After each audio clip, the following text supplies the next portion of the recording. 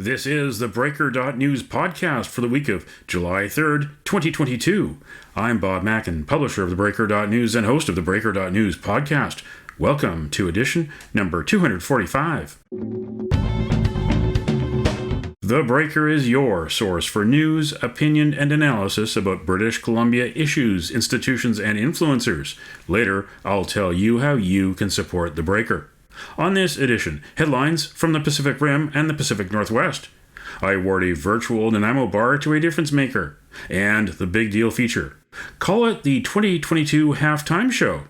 A special edition with Research Co.'s Mario Canseco and Simon Fraser University City Program Director Andy Yan. Find out how their 2022 predictions are faring so far and what's coming in the second half of the year.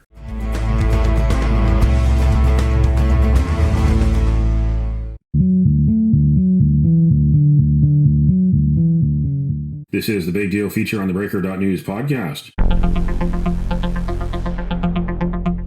It's halftime in 2022, and how have we done so far on the fearless predictions? I welcome back the crystal ball gazers from the first edition of the Breaker.news podcast of 2022. Pollster Mario Canseco, president of Research Co., and Andy Yan, the director of the Simon Fraser University City Program. He's also known around town as the Duke of Data. News this week, the end of June, that the barge on the beach, stranded on Sunset Beach since last November in that windstorm, it's going to be deconstructed over the next 3 or 4 months. It has already outlasted the mask mandate, as both of you expected it would. Both of you expected the barge would stay there and the mask mandate would eventually disappear. So which will go away first in 2022, the mask mandate or the barge on the beach? Let's start with you, Andy. Oh, there's the answer. I hope. I hope that the mask mandate will go first. I think the barge is here to stay because nobody's going to spend as much money as is required to remove it.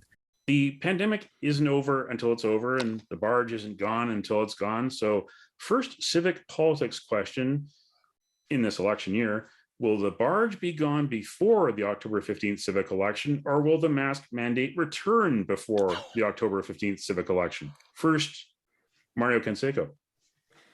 I don't think the barge will be completely gone before the election happens. We know that the estimates that everybody in construction or any sort of field gives you need to double it. So if they say it's going to take 4 weeks, it's going to take 8. If they later say it's going to take 4 months, then it's going to take 8 months. So based on previous experience, I don't think this is going to be gone, and it might actually be a nice backdrop as we're preparing for the municipal race.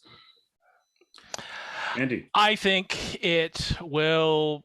I agree with you, Mario, that it will still be there. I think that they're going to have issues in terms of labor, and I think in terms of equipment. There's probably only so many types of boats and as well as workers who know how to deconstruct a barge, and how those folks are available, whether they'll be stuck at each other's respective airports, I think is going to be, a challenge. I mean, we know that really what's going on is that what's unexpected, I think, are the levels of kind of labor challenges that I think are happening, and I think that they will have this kind of cascading effects, and I think that will, greatly add on to the deconstruction of the barge. But I also think that it's also mixed into the issues of the fact that you actually have some of the most, densely populated parts of North America that's going to be within hearing distance. And I hear that taking apart a barge isn't particularly something you do in silence. And the kind of modifications towards work schedules and times, I think, similarly will prolong the time for the removal of the barge. Mask mandates, I think that's going to be interesting. I think that they'll probably try to avoid a mask mandate, but then I think it will all depend upon, is there going to be a kind of fall surge, a kind of, if you will, it's kind of like a zombie movie with 5 minutes left, that there's a final jump scare that it comes out of the pandemic. And I think that in one way, I think they will probably be avoided as much as possible, but if push comes to shove, the mask mandates may return. Now, next topic, of course, October 15th, civic elections across British Columbia. Do you think people in British Columbia are going to catch election fever? Do you think that Mayor Kennedy Stewart in Vancouver will win another term? I asked this before as well. Do you think that Surrey Mayor Doug McCallum will win another term in office and or a term in jail? He is of course, charged with public mischief and has a court date October 31st, a couple weeks after the election. So what do you think? Mayor Kennedy Stewart, another term in office, Surrey Mayor Doug McCallum, another term, and maybe even a term in jail. Start with you, Andy Yan. Well, first of all, I think it's to acknowledge Mariel's poll. I thought Mariel doing a poll a couple of months ago looking at really who the, frontrunners are in the Vancouver election was incredibly insightful. And the insight I had wasn't necessarily about, say, what Kennedy Stewart leading the pack, which he did, or Ken Sims being number 2, which he was, but then really the role of Colleen Hardwick.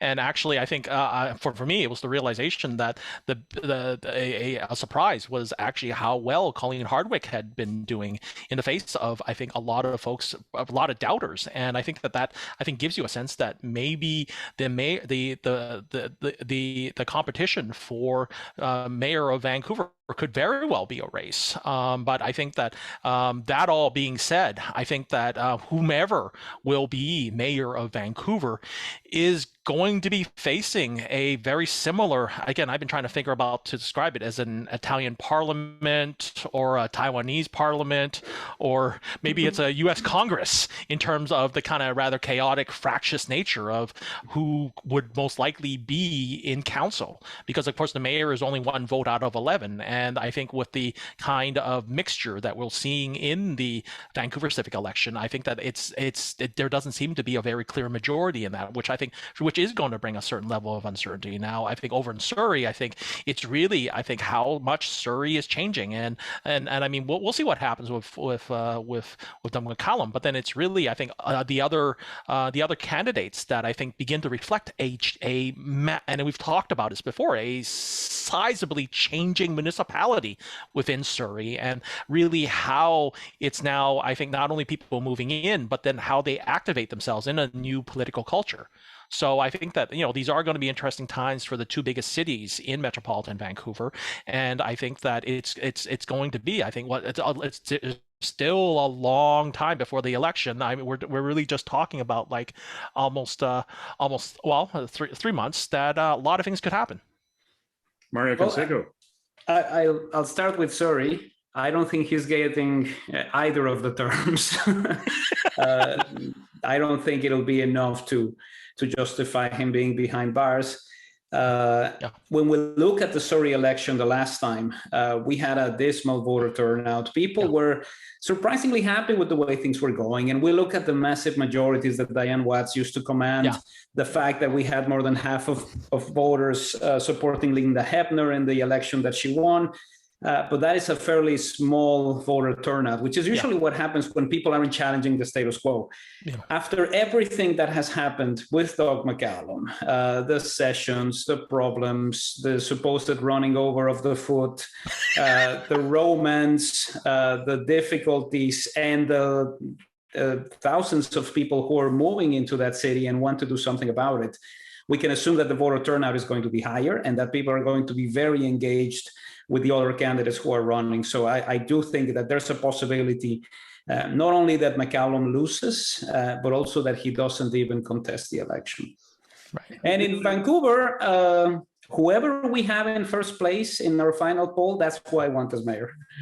So, just real quickly on Surrey, does anybody think that there's a possibility Diane Watts could come out of nowhere, out of her retirement? She's now a business, a corporate board member. Do you think she might come out of retirement, throw her hat in the ring again, and assume the throne of being a mayor of Surrey again to get Doug McCallum out of office for the 2nd time in her career? Or do you think she's just comfortable enough doing what she's doing as a corporate director? I think part of it is she did a lot as mayor. I mean, like I had the distinct pleasure of working with her through Bing Tom Architects as a planner, and the sizable kind of civic investments that she facilitated. And I think that kind of put Surrey on a particular urban track. And I think that certainly, I think over the in between those times, I think she's assumed a certain position through which I don't know if going back to being mayor of Surrey would be as rewarding, or she'd be able to do as much, because it's not as much as just being mayor, but it's the team that you have and that team on council that you have with you that you can make things happen. And that without a cohesive team, or at least a team of rivals, if you will, in council, I think that it's really difficult for anybody to be a mayor these days, just given I think the kind of challenges that the various cities are facing in metropolitan Vancouver. Yeah. If I were to put it in Lucien Bouchard's terms, you need winning conditions. Yeah. And that means having what she enjoyed when she was mayor, which is super duper majorities. Like everything we want to do, we'll do. Yeah. If there's that guarantee, I think she will do it. Yeah, but I think without that, I think that it's really difficult. You'll have to kind of, in one way, feed each other's kind of political aspirations and ambitions, through which is a lot of work, which means that there are some things you may not, probably actually a lot of things you won't be able to do, that especially with what she has in terms of experience and memories of what she was able to do in the good old days, that really it isn't necessarily, I think, something that makes it very attractive. Now, Premier of British Columbia, on the other hand, that's the interesting question. Now, the question about that, of course, was partially answered. She didn't run again for the BC Liberal leadership. Kevin Falcon did, and she was co-chair of his campaign. And when we looked at the 2022 crystal ball at the start of the year, we thought there'd be a little more competition for the BC Liberals. It didn't turn out to be that way. Kevin Falcon dominated. There were also a lot of allegations of cheating by his campaign in its membership sales, how it sold those memberships. And then, of course, after it was all over, he was late in submitting his returns to Elections BC. And when he did, we found out that he overspent by $500,000. And the BC Liberal Party kind of turned a blind eye to it. Headquarters said, no, he didn't break the rules, but it also didn't show us the complete breakdown. It wasn't very transparent. However, the story still is on the other side of the aisle. The people that do have the power, that's the NDP. They got the power until October 2024. In January, I asked the question, neither of you predicted that John Horgan would announce his retirement in 2022. Will John Horgan announce his retirement in 2022? I don't think it'll happen. Andy? Don't think it's going to happen, but the issue is actually how this might actually set up an environment where the NDP grasps defeat from the jaws of victory. That just happened in the last week of June. John Horgan will be retiring from the premiership by the time that the NDP has a leadership campaign sometime this fall. He hasn't said when he'll actually leave politics. He'll probably stick around as an MLA after that. He can bank some time for his pension. But first order of business is selecting a new leader for the NDP. Start with you, Mario Canseco. Who will be John Horgan's successor? Name one and explain why. If we have to narrow it down only to one, I think the best chance would be for David Eby. There's a couple of reasons why I'm leaning towards that side. One of them is that he's had very interesting cabinet positions. Yep. There was a moment when he was sort of dropping and not maybe be such a big story. BC Liberals hate him with a passion, and I think that would be important for the NDP to put somebody there who is going to drive the opposition nuts. I think we saw it with all of the campaign related to the so-called EV tax that resulted in a bunch of billboards that were very poorly written that appeared around the west side of Vancouver. And, he is right now celebrating a victory. Getting $150 million from Purdue Pharma is significant. Sure, it's not the $1 billion that the government expected, but if we need $400 million to host the World Cup, we're almost a third of the way there. So that's not bad. Right. Yeah. I'm liable to agree with Mario that I think that it's David Eby's to lose. I think that while you may have other candidates like Nathan Cullen, I think that some folks have talked about Bowen Ma, that I think that it's really looking at what David Eby has done in terms of probably two of the toughest portfolios in provincial government, whether that be the Attorney General's portfolio as well as the housing portfolio. That I think he's made an impact, and he's shown up a level of results.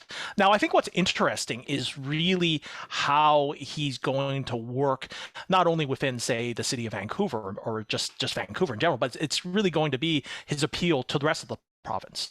I think that while John Horgan was very much, say, a premier that you're happy to have a beer with, that or maybe it's a kale smoothie in the city of Vancouver, that really I think that there was a projection of a certain character, certain I think friendliness that I think, and it's interesting to kind of say an example of, say, the comparison between someone like John Horgan and Christy Clark, that they were both personalities through which wasn't just about appealing to these kind of deep urban cores, whether they be in Victoria or in Vancouver, but across the province, and having a certain comfort level just towards that type of approachability that John Horgan and Christy Clark offered. That I think what's interesting is seeing if David can, if you will, convert all those skills in towards an appeal towards, say, suburban metropolitan Vancouver, the Okanagan, a lot of the kind of, I think, bases that the NDP were able to get from the Liberals, and whether they're able to kind of maintain the pace, maintain the kind of majority they were able to get with the last election. Simply because I think it's in one way a lot about the personalities of the leaders and their interface with really the diverse faces in the province of British Columbia. Now, look back at another question I asked you back in January about the Vancouver 2030 Olympics bid, which had been announced formally by the mayors of Vancouver and Whistler and leaders of the Forehouse First Nations back in December 2021.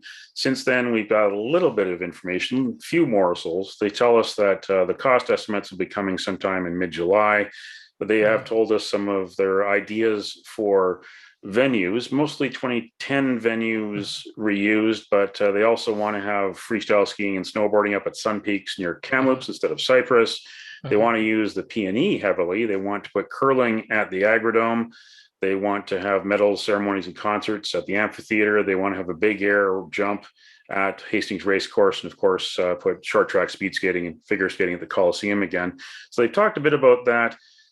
This proposal for the 2030 Winter Olympics in Vancouver hasn't really been the talk of the town, but it's something which could definitely affect the town if under the new IOC method of awarding the games, if it does come back somehow. So there are still questions about that, and questions about the cost, of course, still questions about cost of 2010, which we don't have answers to.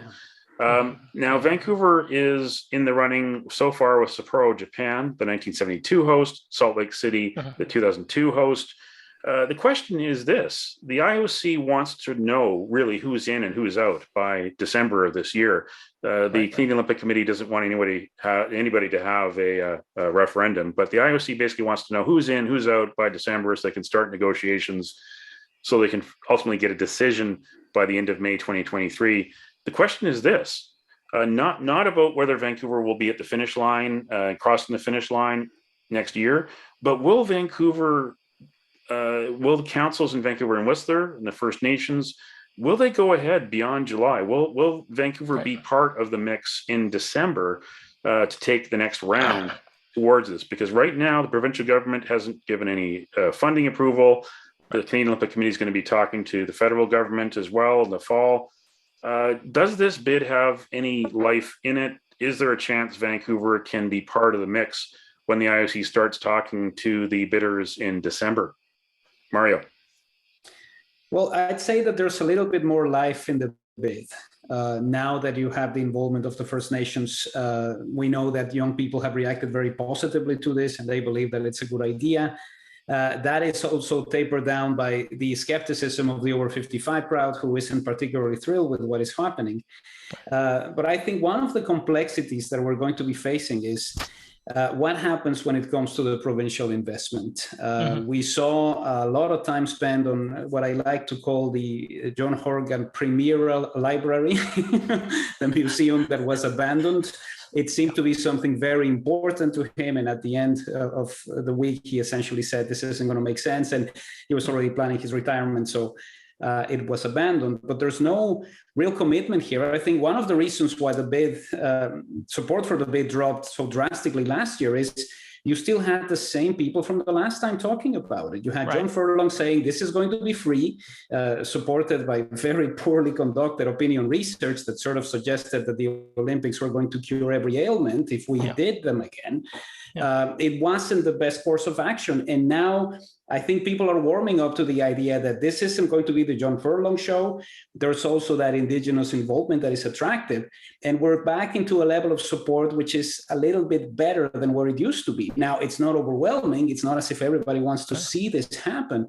But I think ultimately it will depend on how much other governments, not just Vancouver and Whistler, can get behind this. Right.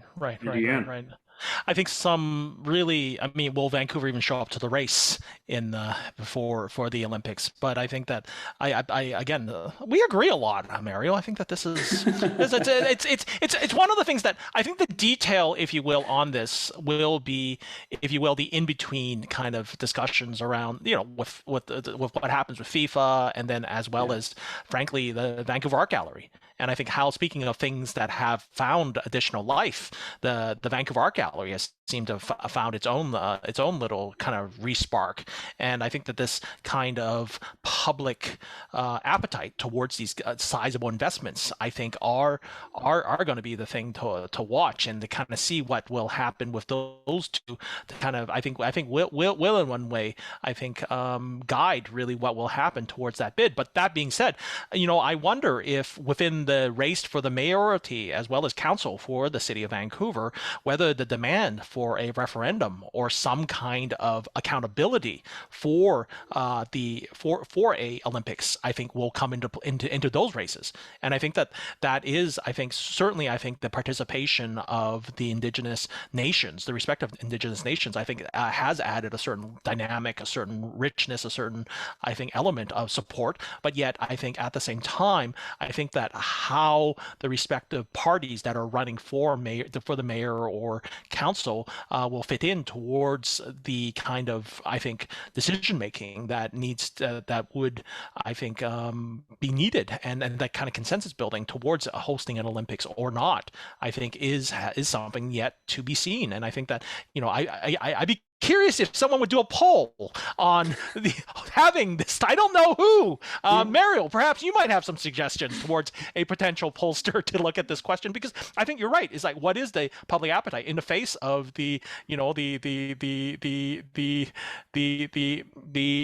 former premier library that was similarly, I think, suspended. That I think similarly is a kind of concern in terms of large public expenditures, whether they be for large facilities or public events. And finally, we get to our lightning round. Just want some yes or no answers here. We'll touch upon within this lightning round some of the big international news of this year. The biggest international news this year, of course, Russia's illegal invasion of Ukraine.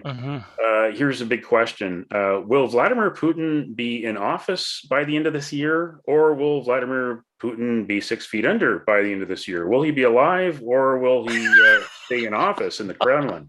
And Deanne.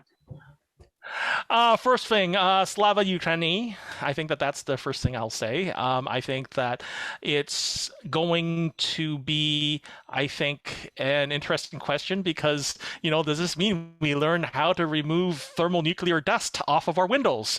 That I think that, you know, the kind of slight existential problems all this perhaps does bring in for our world. I think that it's interesting. I think that part of this is giving them a chance to withdraw with a level of face. I think so far things have been done rather intelligently in terms of not having NATO step into this, but yet at the same time, I think supporting the Ukrainians. I think that will he still be? I think he'll still be around, whether he'll be in power or whether he'll be kept in check. I'd say yes, he'll be in power, probably, but it'll be in a reduced role. Mario Canseco, Vladimir Putin, will he be in the Kremlin or in a coffin?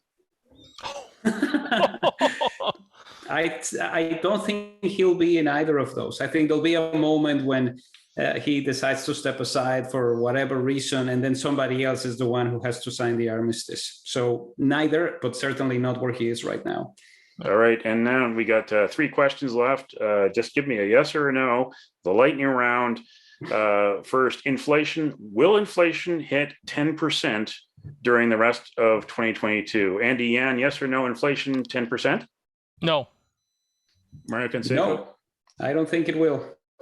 Gas prices. That's also been another big story this year related to the war in Ukraine. Gas prices. Will gas prices in British Columbia, among the most expensive in North America, will gas prices here hit $3 a liter? Mario Canseco, yes or no? Only in the areas where you pay the TransLink tax, yes. Yes, but you got to ask about interest rates. Yes. Yes. Oh, okay. Interest rates. Interest rates. What do you think about interest rates? Where will they go? Will they go to double digits? Andy? Well, that's going to be directly affiliated towards that 10% inflation rate. I think that the Bank of Canada plus the U.S. Feds will do whatever it takes now to really arrest that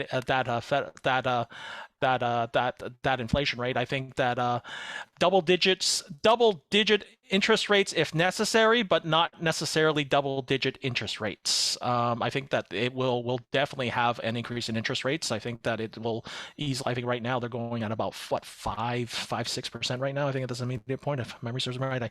I didn't see the news this morning, but that I think it's easily going to be the 8 or 9%, especially if inflation keeps on going. But I don't think it's going to hit double digits. If it does, I think that there are going to be severe knock-on effects. And I'm not only talking about housing. I think it's also about commercial loans that I think similarly will pose a number of kind of sizable challenges. But I think that being said, I think that with what's happening with inflation, I think that they are willing. I mean, interest rates are definitely going to go up.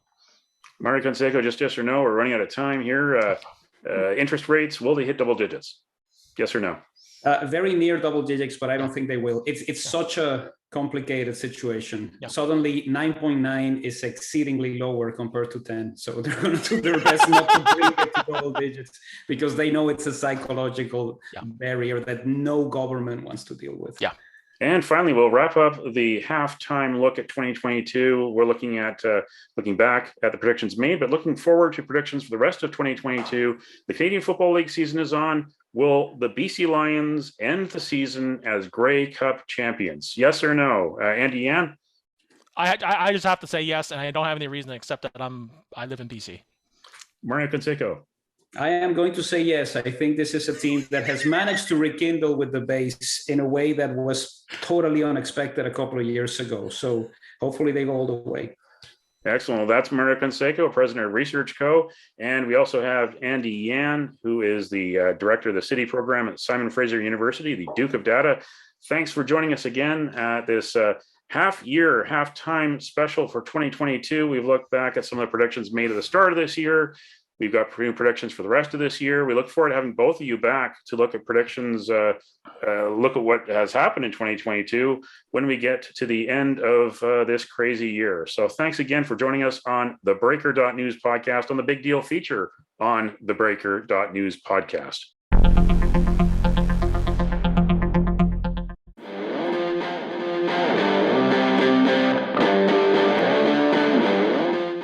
It's time on the Breaker.news podcast for Around the Rim. We look at news headlines around the Pacific Rim. In the Taiwan news, NATO chief accuses China of bullying Taiwan. Jens Stoltenberg warns against Beijing's growing nuclear arsenal. According to Stoltenberg, China was not an enemy of the organization, but the serious threats it poses needed to be understood. Beijing's expansion threatens the interests, security, and values of NATO members, the updated document said. Another sign of NATO's growing interest in Asia was its invitation to the leaders of the Indo-Pacific nations, Australia, New Zealand, Japan, and South Korea, to attend the Madrid summit. In Kyoto news, 3 Chinese Navy ships circumnavigate Japan as Tokyo remains on alert. 3 Chinese Navy ships have circumnavigated the Japanese archipelago over the past weeks as Tokyo stays on alert for increasing military activity by Beijing and Moscow in nearby waters, Japan's defense ministry said. Among the Chinese military's recent activities near Japan, fighter jets were seen taking off from and landing on the Chinese aircraft carrier Liaoning near the Okinawan Islands for 12 days last month. And in Hong Kong Free Press, G7 attempts to compete with China's Belt and Road Initiative with $600 billion U.S. infrastructure plan.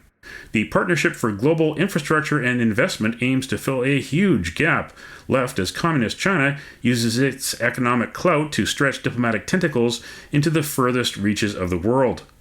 Funding the kinds of projects that China currently dominates, everything from roads to harbors in far-flung corners of the world, is not aid or charity, said President Joe Biden. That's Around the Rim on this edition of the Breaker.news podcast.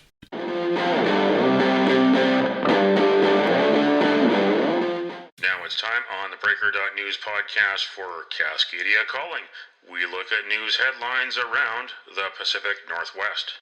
In the Oregonian, shame on them. Family members of 9/11 victims denounce live golf tournament at Pumpkin Ridge. The golf series, which boasts golf stars like Phil Mickelson and Bryson DeChambeau, has drawn scrutiny from U.S. Senator Ron Wyden and others because it's funded by the Middle Eastern country's sovereign wealth fund, which is affiliated with the Crown Prince Mohammed bin Salman and the country's government. One by one, family members of 9/11 victims who traveled to Oregon from other states shared stories of their loved ones at the press conference and accused the Saudi regime of engaging in sports washing, a way for the country to improve its reputation in the West by hosting a popular sporting event. They wore red and blue hats that read 9/11 Justice. In King 5, Norwegian cruise ship returns to Seattle after hitting iceberg in Alaska.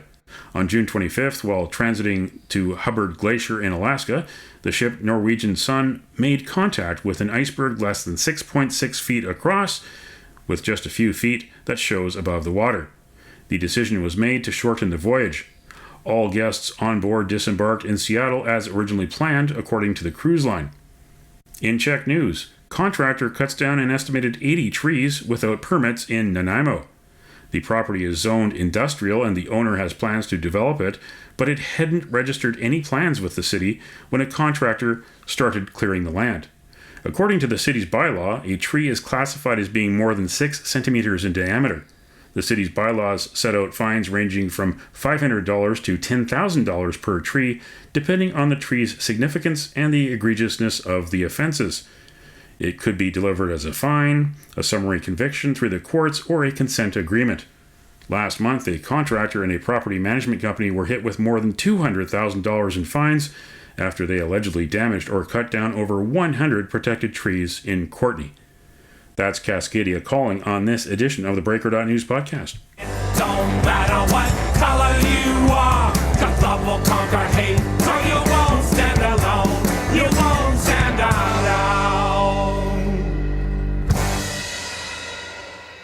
The virtual Nanaimo Bar, brought to you by Spruce Hill Contracting. Every week we end the Breaker.news podcast on a tasty note by awarding the goodness of a virtual Nanaimo bar to people making a difference. A virtual version of the province's favorite dessert bar goes this week to the people who support the Breaker.news on Patreon. People like Kevin, Darian, Amy, Claire, Chris, David, Brian, John, Chris, Lisa, Aird, John, Michael, Ian, Brian, Kelly, Leslie, Mondi, Laura, Elvio, Barbara, Richard, Lee, and John. Thank you to them on this half-year special. Why not join them? Keep listening to find out how you can support the Breaker.news podcast. And you can nominate someone for a virtual Nanaimo bar. Send me an email to bob@theBreaker.news. Spruce Hill Contracting, custom homes and renovations. Find more information at sprucehill.ca. Mi brother. Kozaczak, kozacko rodo. That's it for the Breaker.news podcast for the week of July 3rd, 2022. I'm Bob Mackin. Thanks for joining me. Did you know that on the 3rd of July in the year 1608, Samuel de Champlain established Quebec City? Now you know. Send me your feedback. Send me your story ideas to bob@theBreaker.news. Bookmark theBreaker.news. You can also find us at theBreaker.ca. Sign up for the email newsletter and get updates to your inbox. For news as it happens, follow The Breaker News on Twitter and visit theBreaker.news on Facebook. You can support The Breaker for as little as $2 a month. For more information, go to patreon.com/thebreakernews. That's patreon.com/thebreakernews. Until next week.